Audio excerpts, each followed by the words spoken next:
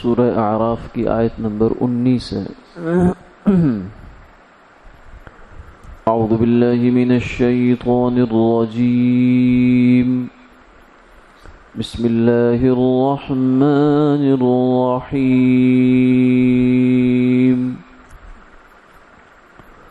وَيَا آدَمُ اسْكُنْ أَنْتَ وَزَوْجُكَ الْجَنَّةَ فَكُلَا مِنْ حَيْثُ شِئْتُمَا وَلَا تَقْرَبَا هَذِهِ الشَّجَرَةَ فَتَكُونَا مِنَ الظَّالِمِينَ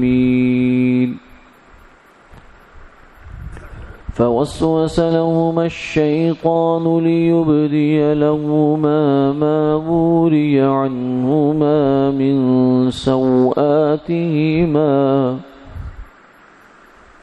وقال ما نهاكما ربكما عن هذه الشجرة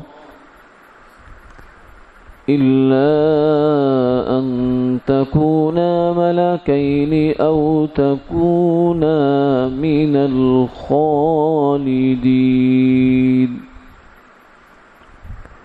وقاسمهما إني لكما لمن الناصحين فدلاهما بغرور فلما ذاقا الشجرة بدت لهما سوآتهما وطفقا يخصفان عليهما من ورق الجنة وناداهما ربهما ألم أنهكما عن تلكما الشجرة وأقل لكما إن الشيطان لكما عدو مبين قالا ربنا ظلمنا أنفسنا وإن لم تغفر لنا وترحمنا لنكونن من الخاسرين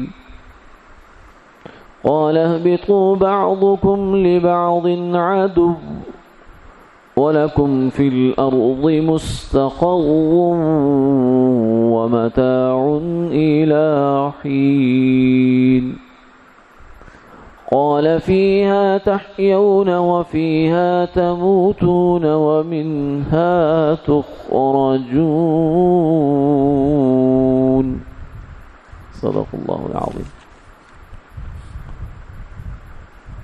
اور اے آدم، تو اور تیری عورت جنت میں رہو، پھر کھاؤ جہاں سے تم چاہو، لیکن اس درخت کے قریب مت جاؤ تاکہ تم نامناسب کام کرنے والے نہ ہو جاؤ۔ پھر شیطان نے ان کو بہکایا تاکہ ان پر جو چیزیں پوشیدہ تھی وہ کھول دے ان کی شرمگاہوں سے، اور وہ بولا کہ تمہیں اللہ نے اس درخت سے اسی لیے روکا تھا کہ تم کہیں فرشتے نہ ہو جاؤ یا تم ہمیشہ رہنے والے نہ ہو جاؤ، اور ان کے آگے قسم کھا گیا کہ میں تمہارا خیر خواہ ہوں۔ پھر ان کو فریب سے مائل کر لیا۔ جب انہوں نے اس درخت کو چکھ لیا تو ان کے سامنے ان کی شرمگاہیں کھل گئیں اور ان کے اوپر جنت کے پتے لپیٹنے لگے۔ اس وقت ان کے رب نے ان کو پکارا اور ان سے کہا کہ کیا میں نے تمہیں اس درخت سے منع نہیں کیا تھا، اور میں نے یہ نہیں کہا تھا کہ شیطان تمہارا کھلا دشمن ہے؟ وہ کہنے لگے، اے ہمارے رب، ہم نے اپنی جان پر ظلم کیا، اگر تو ہمیں نہ بخشے گا اور ہم پر رحم نہ کرے گا تو ہم ضرور تباہ ہو جائیں گے۔ پھر اللہ نے فرمایا کہ تم اترو، تم ایک دوسرے کے دشمن ہو اور تمہارے واسطے زمین میں ٹھکانہ ہے اور ایک وقت تک نفع اٹھانا ہے۔ پھر فرمایا کہ تم اس میں زندہ رہو گے اور اسی میں تمہیں موت آئے گی اور اسی سے تمہیں نکالا جائے گا۔ اللہ رب العزت نے آدم علیہ السلام کو جب پیدا کیا، بلکہ پیدا کرنا چاہا،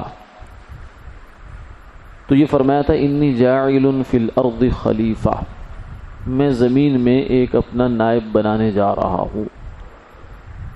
تو اللہ کے علم میں اور ارادے میں، فیصلے میں یہ بات پہلے سے طے تھی کہ آدم علیہ السلام زمین میں آئیں گے، لیکن اس کی ترتیب کیا ہوگی، کیسے آئیں گے، وہ اللہ تعالیٰ نے تفصیل سے فرشتوں کو نہیں بتایا۔ اس کا عملی صورت کیا ہوئی، وہ یہ ہوئی کہ آدم علیہ السلام پیدا ہو گئے، فرشتوں کو سجدے کا حکم دیا، فرشتوں نے سجدہ کر لیا، شیطان نے سجدہ نہیں کیا، شیطان اللہ کی بارگاہ سے مردود اور ملعون ہو کر نکل گیا۔ پھر اس نے ٹھان لی کہ میں آدم کی اولاد کو بہکاؤں گا، ان سے اپنا یہ انتقام لوں گا میں۔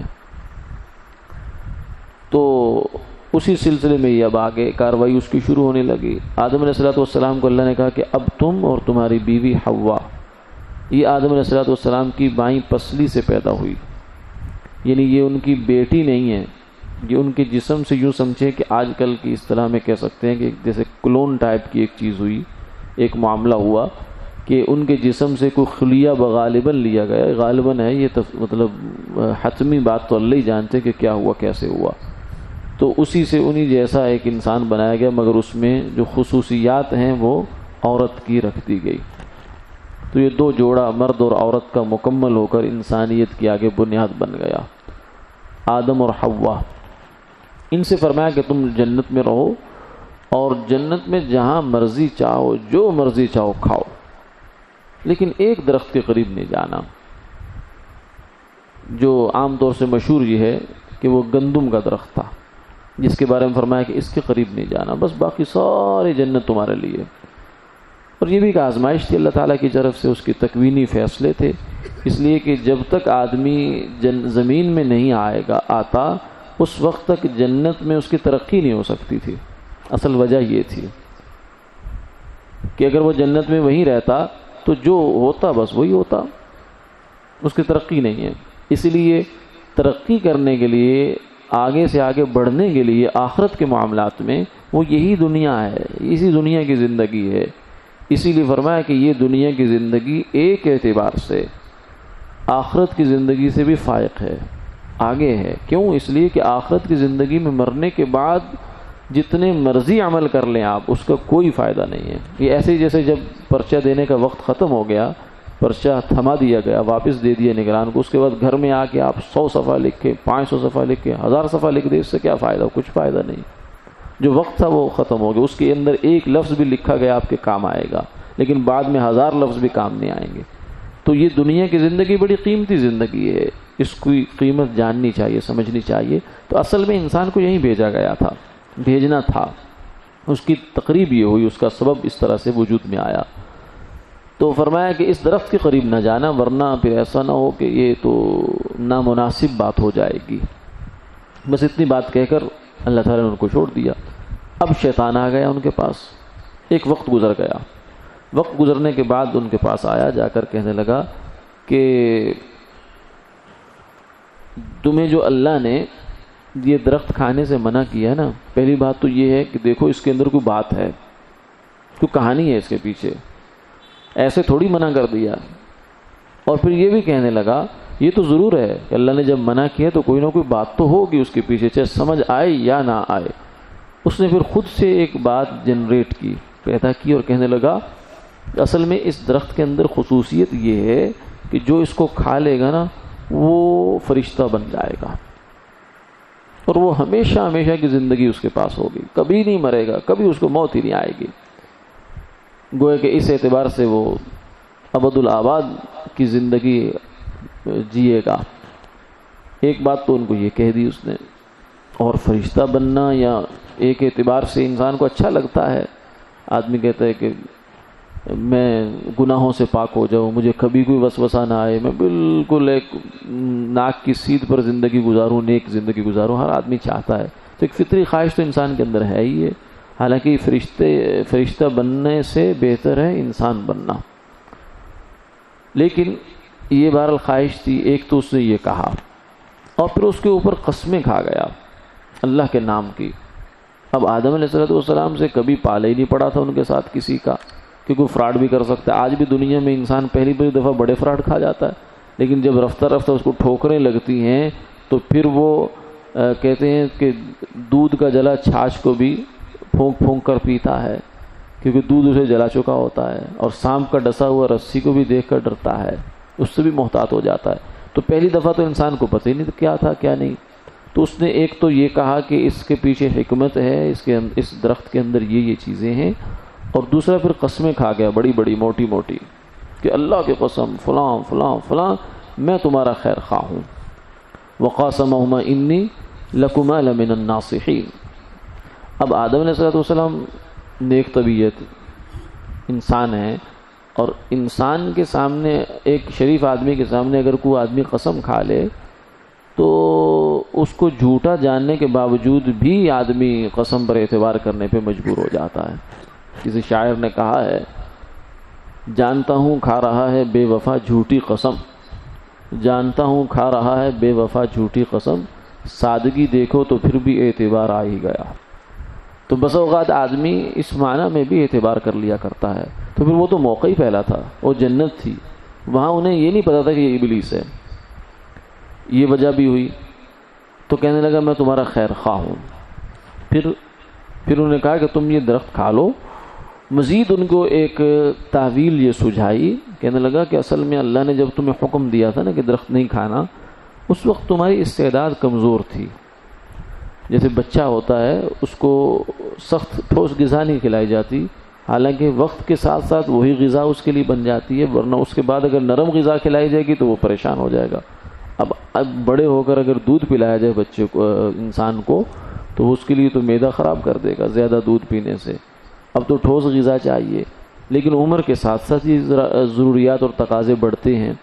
تو کہنے لگا کہ جب آپ لوگ جنت میں آئے تھے اور آپ کو منع کیا تھا اللہ نے، وہ ایک وقت اور تھا، اب حالات بدل گئے، اب وقت بدل گیا، اب آپ کو اس حالات اور وقت کے تقاضے کا خیال رکھنا چاہیے۔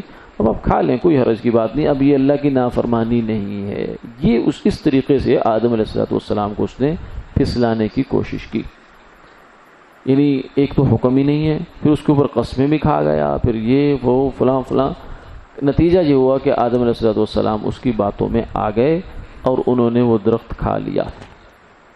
اس کا نتیجہ پھر یہ نکلا کہ وہی جو اللہ تعالیٰ نے فرمایا تھا کہ اس کے نتیجے میں جو جنت کا لباس تھا وہ ان کے جسم سے اتر گیا۔ اب وہ پریشان ہو گئے، اپنے جسم کو ڈھانکنے لگ گئے پتوں کے ساتھ۔ تو اللہ تعالیٰ کی طرف سے پھر یہ اعلان آیا کہ الم انہکما عن ہذہ الشجرہ، یہ کیا تم نے؟ کیا میں نے تمہیں اس درخت سے منع نہیں کیا تھا؟ اور یہ جو تمہیں بہکا گیا، تمہیں پھسلا گیا، یہ تو شیطان مردود ہے۔